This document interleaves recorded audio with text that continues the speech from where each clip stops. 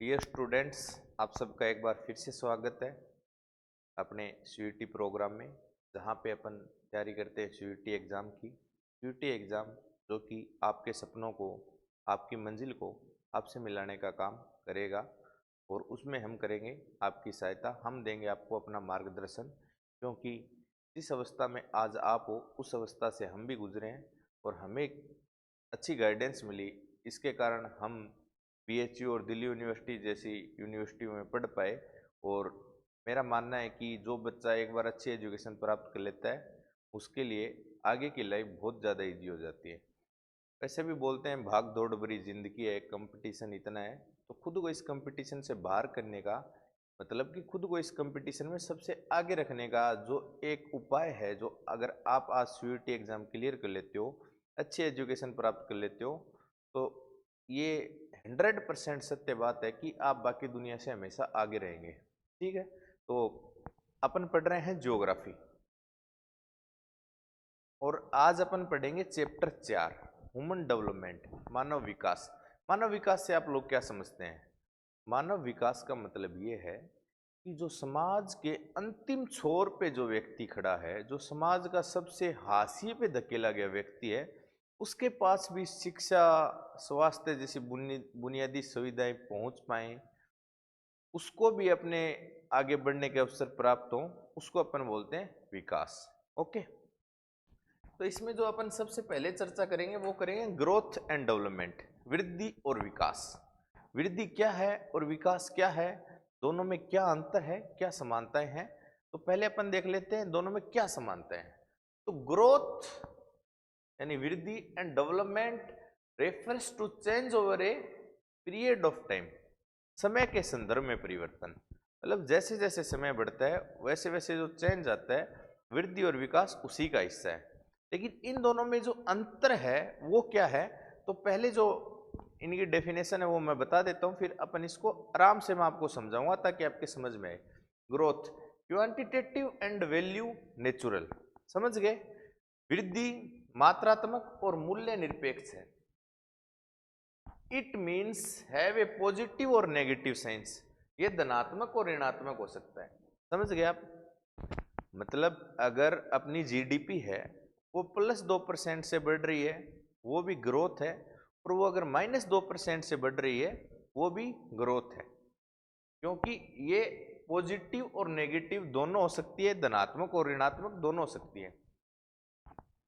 Development की बात करते हैं। Qualitative change which is always value positive, विकास का अर्थ गुणात्मक परिवर्तन है जो मूल्य सापेक्ष होता है। ये तो चीजें जो आपको है वो मैंने बताई। अब अपन इसको समझते हैं अच्छे से कि what is the difference between growth and development. Growth का मतलब ये है कि जब आप 10th क्लास में थे आपकी हाइट 5 फुट 2 इंच थी। आप जब 12th क्लास में गए तो आपकी हाइट हो गई 5.6 इंच। तो क्या आपकी हाइट में ग्रोथ हुई या नहीं हुई? आप बताइए। तो इसका जवाब होगा आपकी हाइट में ग्रोथ हुई। समझ गए? तो इसको बोलते हैं ग्रोथ, जिसको अपन संख्यात्मक मान में नाप सकते हैं। लेकिन विकास, डेवलपमेंट किसको बोलते हैं? डेवलपमेंट का मतलब ये है कि जब आप में गुणात्मक परिवर्तन होता है, जब आपकी क्षमताओं में बढ़ोतरी होती है जो कि हमेशा पॉजिटिव होगी, उसी को अपन डेवलपमेंट बोल सकते हैं। जैसे आप मान लीजिए 10th क्लास में आप 1 घंटे में और मैथ के 50 क्वेश्चन हल कर पाते थे, लेकिन आज आप 1 घंटे में 100 क्वेश्चन हल कर पा रहे हैं। तो आपकी क्षमताओं में क्या हुई है? वृद्धि हुई है, जिसको हम क्या बोलेंगे? डेवलपमेंट। तो डिफरेंस आपको समझ में आया? डिफरेंस का मतलब समझ में आया आपको? ग्रोथ और डेवलपमेंट में क्या डिफरेंस है? तो डिफरेंस सिंपल है कि विकास यानी डेवलपमेंट हम तभी मानेंगे जब व्यक्ति की क्षमताओं में वृद्धि होगी, जो कि हमेशा पॉजिटिव होगी। ठीक है? और ग्रोथ का मतलब ये है वो पॉजिटिव भी हो सकती है और नेगेटिव भी हो सकती है, उसका संख्यात्मक मान होता है। जैसे आपके पास 100 रुपये थे और आपके पास 110 रुपये हो गए, समझ रहे हो। मान लीजिए आपके पास 2023 में 100 रुपये थे, आपके पास 2024 में 110 रुपये हो गए। अपन इसको ग्रोथ बोलेंगे, डेवलपमेंट। अपन इसको ग्रोथ बोलेंगे। अपन इसको डेवलपमेंट क्यों नहीं बोल सकते? अपन इसलिए नहीं बोल सकते कि हो सकता है कल जो पेन 10 रुपये का आ रहा था वो आज 20 रुपये का आता हो, कल जो बुक 20 रुपये की आ रही थी वो आज 40 रुपये की आती हो। तो इसको अपन बोलते हैं ग्रोथ। डेवलपमेंट अपन किसको बोलते हैं? जब आपकी क्षमताओं में परिवर्तन होगा। जैसे अभी आप स्कूल में पढ़ रहे हैं, कल को आप यूनिवर्सिटी में जाओगे तो आपका करेक्टर बिल्ड होगा, आप में नई क्षमताओं का विकास होगा, उसको अपन क्या बोलेंगे? डेवलपमेंट, यानी कि विकास। तो जो चीजें मैं आपको समझाना चाहता था, आई होप अंडरस्टैंड। तो क्वांटिटेटिव यानी कि इसकी कोई ना कोई मात्रा होती है, ठीक है। वैल्यू नेचुरल, मूल्य निरपेक्ष है, और it means have a positive और नेगेटिव साइन, ठीक है। ये धनात्मक भी हो सकता है और ऋणात्मक भी। वैल्यू नेचुरल को आपको हमेशा याद रखना है, ये मूल्य निरपेक्ष होता है। लेकिन ये क्वालिटेटिव होता है, मतलब गुणात्मक परिवर्तन। मैंने क्या बताया कि जब इंसान की क्षमताओं में, उसकी कार्य क्षमताओं में, उसके सोचने की क्षमताओं में जो परिवर्तन होता है उसको अपन बोलते हैं, अगर वो पॉजिटिव है तो अपन उसको बोलेंगे डेवलपमेंट। ओके, नेक्स्ट चलते हैं अपन। The concept of human development was introduced by Dr. महबूल ul हक। जो मानव विकास का सिद्धांत है उसको किसने प्रतिपादित किया था? डॉक्टर महबूल उल हक। अगर मैं आपसे पूछूं कि डॉक्टर महबूल उल हक कौन सी कंट्री के निवासी हैं, कौन से देश के नागरिक हैं, तो आप क्या मुझे बता पाओगे? कि आपकी 12th क्लास की ज्योग्राफी की बुक में एक पाकिस्तानी अर्थशास्त्री हैं, इकोनॉमिस्ट डॉक्टर महबूल उल हक, जिन्होंने 1990 में मानव विकास का सिद्धांत दिया, ठीक है। आगे देखते हैं। Doctor Mahbub ul Haq created the human development index in 1990। इसको अपन शॉर्ट में बोलते हैं HDI, ह्यूमन डेवलपमेंट इंडेक्स, ठीक है। अपन आगे देखते हैं। The United Nation Development Programme has published HDI annually since 1990। UNDP, UNO की एक सब्सिडरी एजेंसी है UNDP, United Nation Development Programme, जो कि HDI रिपोर्ट को, मानव विकास रिपोर्ट को प्रति वर्ष जारी करती है। कौन सी सन से? 1990 से। तो कई बार क्या ऐसे सेंटेंस पूछ लिए जाते हैं कि 4 सेंटेंस दे दिए, अब आपको बताना है इनमें से एक सही है, 2 सही है, 3 सही है, 4 सही है। जैसे पहला सेंटेंस तो इन्होंने बना दिया कि जो ह्यूमन डेवलपमेंट का कॉन्सेप्ट है वो डॉक्टर महबूल उल हक ने दिया, ठीक है। दूसरा इन्होंने बना दिया कि जो HDI रिपोर्ट है वो UNDP जारी करता है। तीसरा इन्होंने बना दिया कि यह पहली बार 1990 यानी कि 1990 में प्रकाशित की गई थी।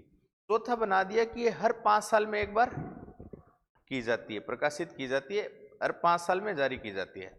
तो अब आपको बताना है एक सही है, 2 सही है, 3 सही है, 4 सही है, या फिर क्या है? तो जो पहला बताया वो सही है, दूसरा 1990 वाला भी सही है, UNDP वाला भी सही है, लेकिन मैंने बोला 5 साल में एक बार नहीं, एन्युअली यानी प्रत्येक वर्ष। तो आपको जब आप पढ़ते हो तो आपको चीजों को ध्यान से देखना होता है। अगर आप कुछ सिंगल वर्ड भी मिस कर देते हो तो हो सकता है वहीं से क्वेश्चन आ जाए, जो फिर आपको नुकसान हो सकता है। इसलिए प्रत्येक चीज को ध्यान से सुनना है। और अगर आपको एक बार में कुछ डाउट्स रह जाते हैं तो आप 2 बार सुन सकते हैं, ठीक है। और उसके बाद भी कुछ डाउट्स रह जाते हैं तो आप हमसे मैसेज करके, संपर्क करके हम आपको अच्छे से समझाएंगे। तो सब चीज़ों को गौर करके पढ़ना है, ठीक है। लास्ट में अपन देखते हैं अमर्त्य सेन, ठीक है। जैसे महबूल उल हक पाकिस्तानी है, वैसे अमर्त्य सेन इंडियन है, ठीक है, भारत के नागरिक है, अपने देश के नागरिक है। saw an increase in freedom as the main objective of development। तो जो अमर्त्य सेन है उनके हिसाब से विकास का मतलब है स्वतंत्रता में वृद्धि, इंक्रीज इन फ्रीडम, कि स्वतंत्रता में जब मनुष्य की वृद्धि होती है, अमर्त्य सेन के अनुसार वही असली विकास है। समझ गए? स्वतंत्रताओं में वृद्धि का मतलब यह है कि कल आपके पास स्वतंत्रता थी कि आप एक बुक खरीद सकते हैं, लेकिन आज आपके पास स्वतंत्रता है कि आप 3 बुक खरीद सकते हैं। तो वो क्या है? वो है डेवलपमेंट। वो क्या है? वो है मानव विकास। आगे चलते हैं। अच्छा, तो अमर्त्य सेन के बारे में मैं आपको एक बात और बता देता हूँ। जो आपका जीटी का क्वेश्चन होता है उसमें ऐसे क्वेश्चंस पूछे जाते हैं। तो अभी अपने इसको देखा तो मेरे को याद आ गया। अमर्त्य सेन को नोबेल पुरस्कार मिला था 1998 में। ठीक है, क्या मिला था? नोबेल पुरस्कार। कौन सी सन में? 1998 में। किसको? अमर्त्य सेन को। किसके लिए? वेलफेयर इकोनॉमिक्स के लिए। कल्याणकारी अर्थशास्त्र का सिद्धांत अमर्त्य सेन ने दिया, उसके लिए इनको 1998 में नोबेल पुरस्कार मिला। और 1999 में अमर्त्य सेन को भारत रत्न दिया गया। तो 3 बातें आपको एक्स्ट्रा आप लिख लीजिए कि अमर्त्य सेन ने वेलफेयर इकोनॉमिक्स यानी कि कल्याणकारी अर्थशास्त्र के लिए उनको 1998 में नोबेल पुरस्कार दिया गया, और 1999 में उनको भारत सरकार ने क्या दिया? भारत रत्न। तो ओके, तो मेरे को ये अमर्त्य सेन का नाम देख के याद आ गया, इसलिए मैंने बता दिया। तो ये सब चीजें आपको जीटी में आपके क्वेश्चन आ सकते हैं ऐसे, तो साथ में अपने को यहीं से तैयारी करते चलिए। फिर अपन देखते हैं the 4 pillars of human development. ठीक है, फर्स्ट है इक्विटी यानी कि समता।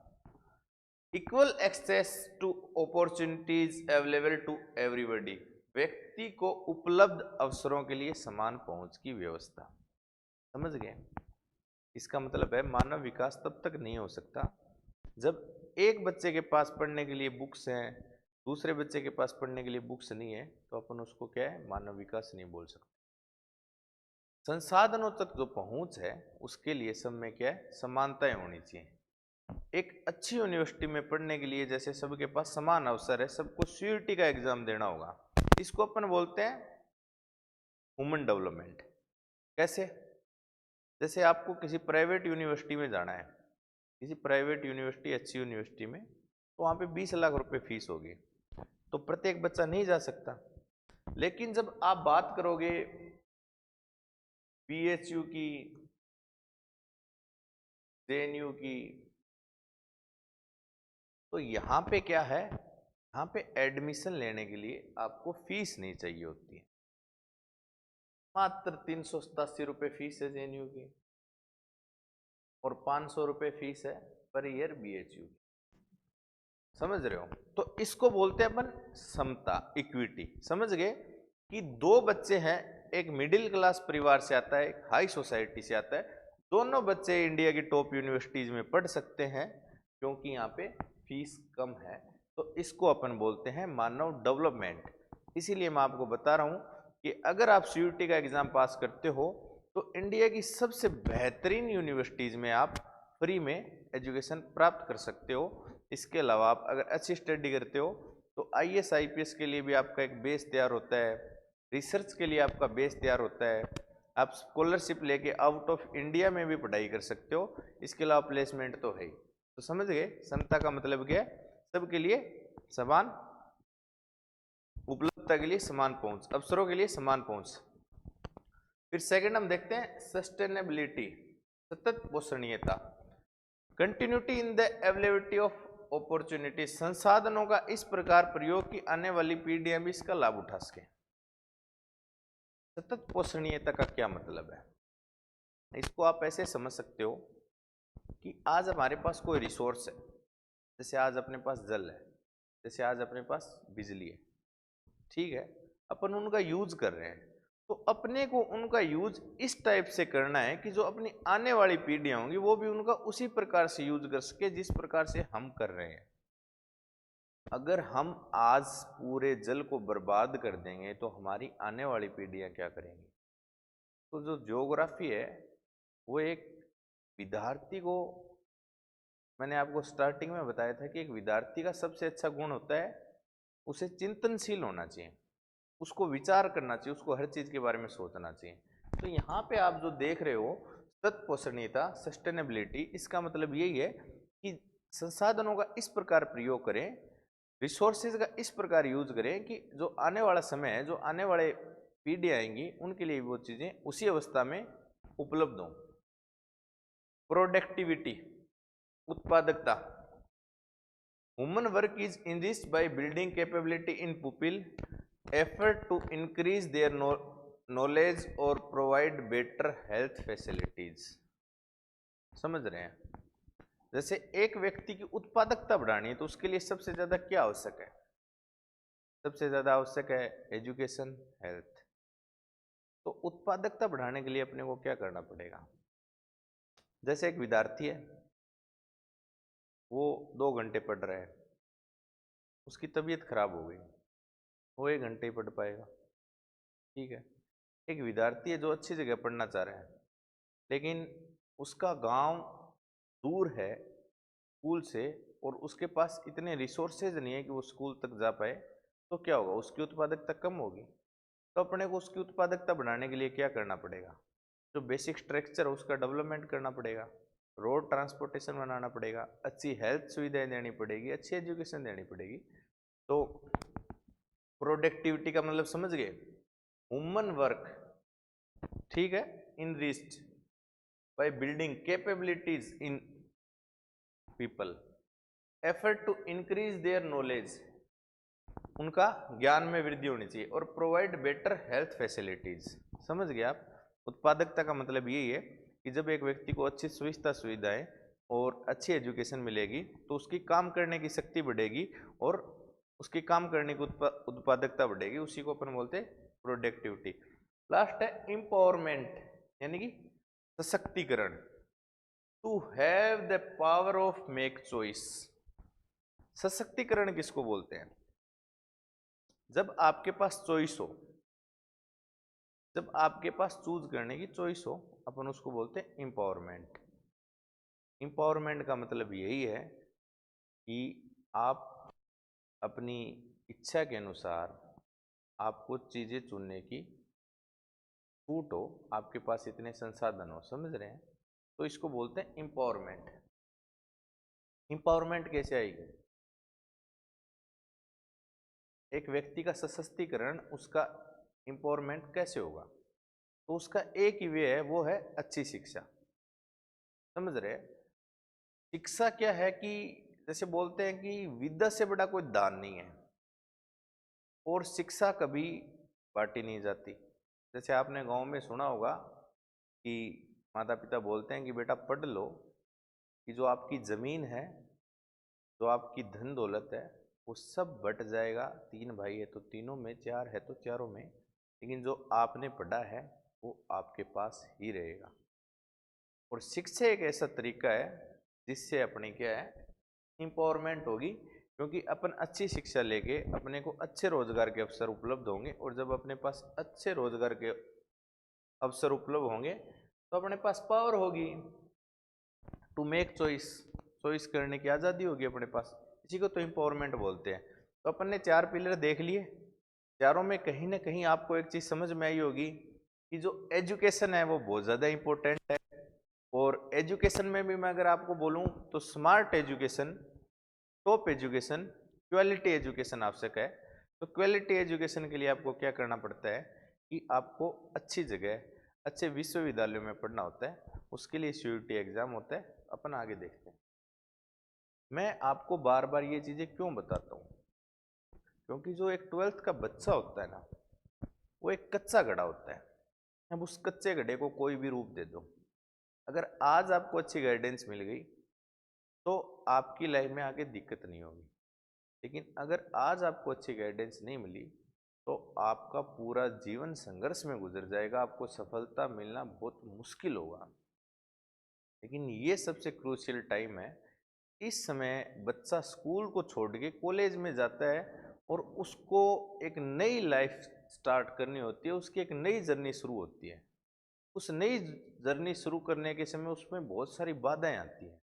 उसमें एक तो विकल्पों की बात आती है। एक तो अपने पास विकल्प होते कम है, उसके बाद अपने को विकल्प चूज करने के लिए अपने पास क्या है, पर्याप्त नॉलेज नहीं होता है। समझ रहे हैं? तो पर्याप्त नॉलेज यही है कि आज स्मार्ट ज़माना है, स्मार्ट लोग हैं और स्मार्ट सबके पास फ़ोन भी हैं। तो एक बार आप सर्च कीजिए कि अच्छी जगह पढ़ने से क्या फ़ायदे होते हैं। उसके बाद आपका मन करेगा कि मैं अच्छे से मेहनत करूं, और ज्ञान बाढ़ने से बढ़ता है। समझ रहे हैं? तो जो चीज़ें आपको पता होती है वो आप अपने यार मित्र को भी बताइए, अपने फ्रेंड्स को भी बताइए, ताकि सब लोग मिलके अपने भारत को एक नई ऊंचाइयों तक ले जा सकें। अपन आगे देखते हैं। अप्रोच टू ह्यूमन डेवलपमेंट, मानव विकास के क्या क्या उपागम है? तो 4 उपागम है। इनकम अप्रोच है, ठीक है। इनकम अप्रोच, आय उपागम आप समझ ही गए होंगे, आय क्या होती है, तो व्यक्ति कमाता है वो उसकी आय होती है। द वेलफेयर अप्रोच, कल्याण उपागम। वेलफेयर का मतलब ये होता है कि जो अपनी गवर्नमेंट है वो वेलफेयर के लिए कितना खर्च करती है। अमर्त्य सेन के बारे में मैंने बताया था, उन्होंने वेलफेयर अप्रोच की, जो वेलफेयर इकोनॉमिक्स है उसकी थ्योरी दी, वही वेलफेयर अप्रोच आप यहाँ देख रहे हैं। मिनिमम नीड्स अप्रोच, न्यूनतम आवश्यकता उपागम। जैसे अपन बोलते हैं कि हेल्थ, एजुकेशन, घर, इलेक्ट्रिसिटी, फूड, पानी, ये सब के अपने मिनिमम नीड्स हैं। ये अगर पूरी नहीं होंगी तो एक व्यक्ति का विकास कभी भी नहीं हो सकता। समझ गए? उसके बाद है कैपेबिलिटी अप्रोच, क्षमता उपागम। जब एक व्यक्ति को ये सारी चीज़ें मिल जाती हैं तो वो एक क्षमतावान व्यक्ति बनता है। उसके अंदर एक कैपेबिलिटी बिल्ड होती है कि वो अपने सपनों को पूरा कर सके, वो अपने टारगेट को पूरा कर सकते। तो इस प्रकार अपने देखे 4 approach: income, welfare, minimum needs और कैपेबिलिटी। अपन आगे चलते हैं, ठीक है। मेजरिंग ह्यूमन डेवलपमेंट, मानव विकास को अपन कैसे मापेंगे? तो क्या तरीका है जिससे अपन मानव विकास को माप सकें, उसका मेजर कर सकें? तो देखते हैं। HDI ranks the countries based on their performance in the key area of health, education and access to resources।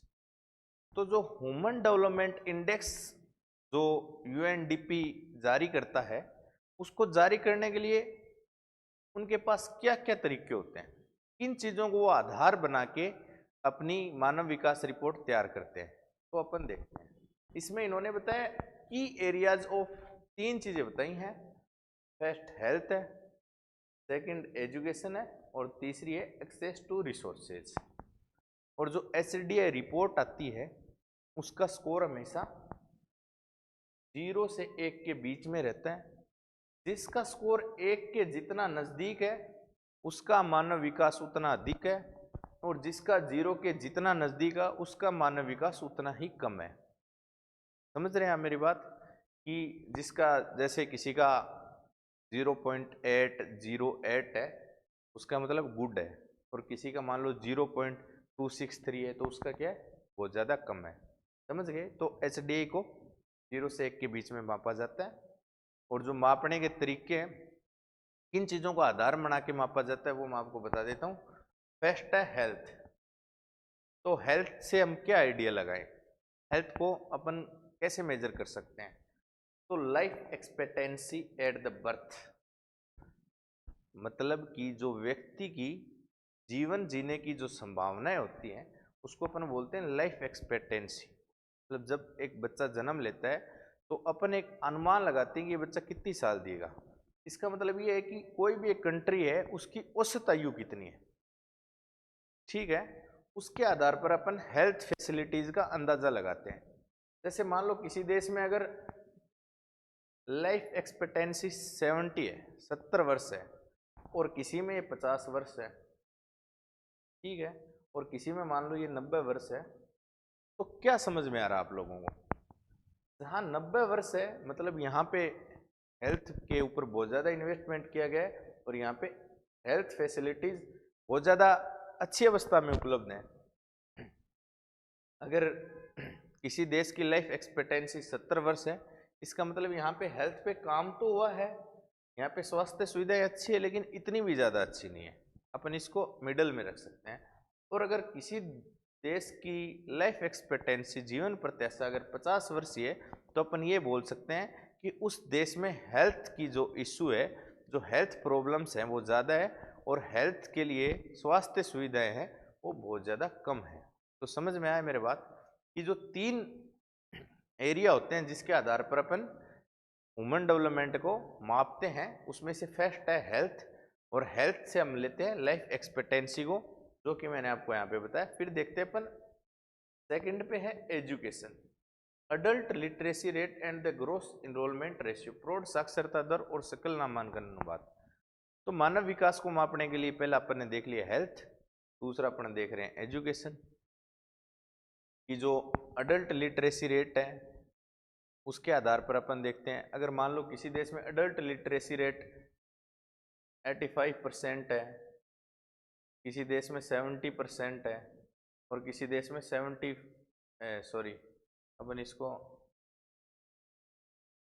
अपन इसको ऐसे मान लेते हैं कि 50 है, जैसे अफ्रीका की कुछ कंट्रीज हैं। तो अगर अडल्ट लिटरेसी रेट अगर किसी देश में 85 है, मतलब वहाँ पे अच्छी एजुकेशन है, तो उसको अपन 5 स्टार दे सकते हैं। और कहीं पे अगर 70% है तो अपन उसको 3 स्टार दे सकते हैं। और कहीं पे अगर 50 है तो उसको अपन सिंगल स्टार ही दे सकते हैं, क्योंकि बहुत बुरी अवस्था है। फिर अपन देखते हैं ग्रोस इनरोलमेंट रेशियो, किसी देश में 50% है तो अच्छा है, किसी में 30 है तो कम ही है, और किसी में इससे भी कम है तो और ज़्यादा कम है। तो एजुकेशन को मापने के 2 तरीके हैं, अडल्ट लिटरेसी रेट और ग्रोस इनरोलमेंट रेशियो। तो आपको याद रखना है कि HDI रैंक के लिए जो मानव विकास रिपोर्ट जारी होती है उसको मापने के लिए 3 चीज़ें हैं। हेल्थ को अपन किससे मापते हैं? लाइफ एक्सपेक्टेंसी से, जो जीवन प्रत्याशा से, कि जो देश की औसत आयु है उससे। फिर है सेकंड नंबर पे एजुकेशन, इसको अपन किससे मानते हैं? अडल्ट लिटरेसी रेट से, ठीक है। और दूसरा अपन मानते हैं ग्रोस इनरोलमेंट रेशियो, प्रौढ़ साक्षरता दर और सकल नामांकन अनुपात। तो फर्स्ट हो गया, सेकंड हो गया, अब देखते हैं थर्ड, ठीक है। एक्सेस टू रिसोर्सेज, ठीक है, मतलब संसाधनों तक पहुंच।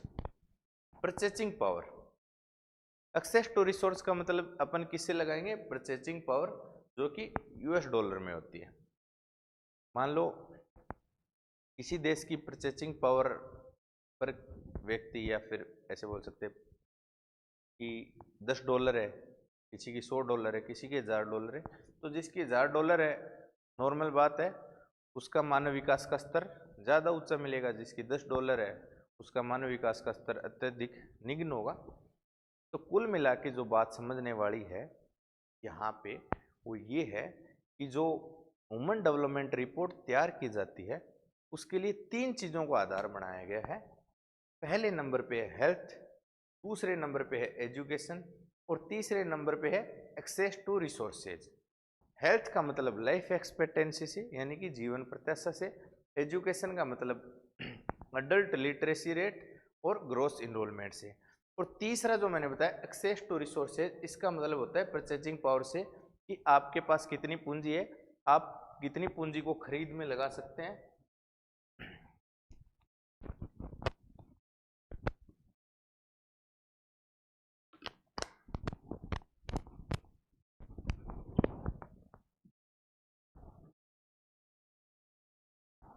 तो इन 3 चीजों के आधार पे अपन HDI रिपोर्ट तैयार करते हैं। तो जो एक मेन इंपॉर्टेंट बात है, ईच देश dimension is given A weightage of 1/3, मतलब तीनों को बराबर योगदान दिया जाएगा। हेल्थ का भी इतना इंपॉर्टेंस है, एजुकेशन का भी इतना इंपॉर्टेंस है, और जो आपकी परचेजिंग पावर है उसका भी इतना इंपॉर्टेंस है। और जो स्कोर होगा वो 0 से 1 के बीच में होगा। जो 1 के जितना पास है वो उतना ज़्यादा विकसित देश है, और जो जीरो के जितना पास है वो अत्यधिक मतलब बहुत ज्यादा कम विकसित देश है जिसका मानव विकास अत्यधिक निम्न स्तर का है। आगे देखते हैं ह्यूमन पॉवर्टी इंडेक्स। जैसे ह्यूमन डेवलपमेंट इंडेक्स है वैसे ही ह्यूमन पॉवर्टी इंडेक्स भी है, जिसको कौन जारी करता है? यूएनडीपी। ठीक है, ह्यूमन डेवलपमेंट इंडेक्स को भी कौन जारी करता है? यूएनडीपी। तो दोनों चीजें याद रखनी। ह्यूमन पॉवर्टी इंडेक्स नाम से आपको पता चल रहा है कि इसमें क्या चीजें होंगी। ठीक है, फिर एक जो इंपॉर्टेंट चीज है जो आपकी बुक में एक इंटरेस्टिंग चीज बताई गई है वो मैं आपको बताता हूं। Bhutan is the only country in the world, Bhutan पूरे विश्व का एकमात्र देश है to officially proclaim the gross national happiness as the major of the country's progress. मतलब देश की तरक्की को मापने के लिए भूटान दुनिया का एकमात्र ऐसा देश है जो देश की तरक्की को किस चीज से मापता है? प्रसन्नता से। व्यक्ति कितने ज्यादा खुश हैं उस चीज से किसको मापता है? GNH, gross national happiness. जो इनकी देश की प्रगति का जो इन्होंने मापने का मेजर करने का जो इन्होंने एक तरीका निकाला है वो है GNH, gross national happiness. Suppose कीजिए कि 10 व्यक्ति हैं और 5 व्यक्तियों के पास 1000 रुपये हैं और 5 व्यक्तियों के पास 100 रुपये हैं। समझ गए? तो अगर कोई और कंट्री होगी तो वो बोलेगी कि 5 लोग गरीब हैं, 5 लोग अमीर हैं। लेकिन भूटान ऐसा देश है, अगर किसी के पास 1000 रुपये हैं वो दुखी है और किसी के पास 100 रुपये हैं वो खुश है, तो उस हिसाब से वो अपना कैलकुलेशन करते हैं। तो जो इंटरेस्टिंग बात थी वो यही थी कि बाकी देशों के लिए जैसे पैसा इंपॉर्टेंट है वैसे भूटान के लिए अपने लोगों का खुश रहना इंपॉर्टेंट है। तो अपने को भूटान से इस बारे में सीखना चाहिए कि जो अंतिम उद्देश्य है वो यही है कि एक व्यक्ति खुश रह पाए। ठीक है, अब अपन देखते हैं level of human development score in development index. तो 4 प्रकार के, जैसे मैंने आपको बताया 0 से 1 के बीच में स्कोर होता है। इस स्कोर में 0 से 1 के बीच के स्कोर में अपन जो मानव विकास है, ह्यूमन डेवलपमेंट है, उसके 4 स्तर अपन लगाते हैं, 4 लेवल्स होते हैं। जो पहला है वेरी हाई, बहुत ज्यादा उच्च। जिन देशों का स्कोर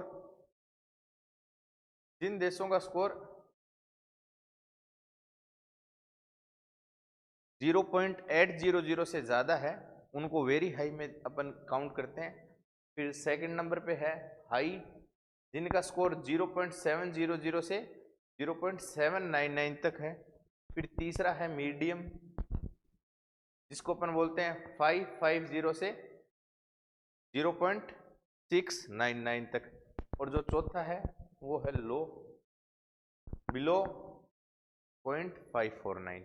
अपन इसमें कहाँ पे आते हैं? अगर मैं आपसे एक क्वेश्चन पूछूं तो आप मेरे को बता सकते हैं। अपन आते हैं यहाँ 3 नंबर मीडियम में। ठीक है, इसके अलावा एक बात है, जिन बच्चों के पास पुरानी बुक्स है उसमें शायद यहाँ पे 07 लिखा हो सकता है, लेकिन जो अभी जो मॉडर्न टाइम में जो आज के समय में 2024 में यूज हो रहा है वो यही हो रहा है। तो इस प्रकार से अपन इस चैप्टर को कंप्लीट कर चुके हैं। तो आप सब बच्चे पढ़िए, जो मैं बता रहा हूँ उसका नोट्स बनाइए और साथ में रिवीजन करते रहिए, ताकि जब आपका सीयूटी का एग्ज़ाम हो तो अपना टारगेट ये है कि अपने जैसे 50 क्वेश्चंस आएंगे। ठीक है, अपने ज्योग्राफी में 50 क्वेश्चंस आएंगे, जिसमें से अपने को 40 क्वेश्चन अटेम्प्ट करने हैं। ठीक है, तो अपने पास एक पहला इसमें एक चीज अच्छी क्या है कि अपन 10 क्वेश्चंस छोड़ सकते हैं अगर अपने को नहीं आते तो। अब मेरी बात सुनो, अगर 50 क्वेश्चंस में 10 क्वेश्चन छोड़ने के बाद अगर आप 40 क्वेश्चन नहीं कर पाते ना, तो मेरे पढ़ाने का भी कोई फ़ायदा नहीं और आपके पढ़ने का भी कोई फ़ायदा नहीं। मतलब मेरा सोचना ये है कि मैं चाहता हूँ कि मेरा प्रत्येक बच्चा 40 क्वेश्चन सही करके आए और वो पूरे में से पूरे मार्क्स लेके आए। अब मेरिट कम रहती है, उससे अपने को क्या है, अपना टारगेट क्या है, अपना एम क्या है। जब अपन पढ़ रहे हैं और जो अपन पढ़ रहे हैं उससे बाहर से सिंगल क्वेश्चन नहीं आएंगे तो अपने को 40 के 40 सही करने चाहिए या नहीं करने चाहिए, मेरे को बताओ। तो ठीक है, आप सब लोग पढ़ो, मेहनत करो, बार बार रिवीजन करो। ठीक है, अपन कल चैप्टर 5 पढ़ेंगे। ओके।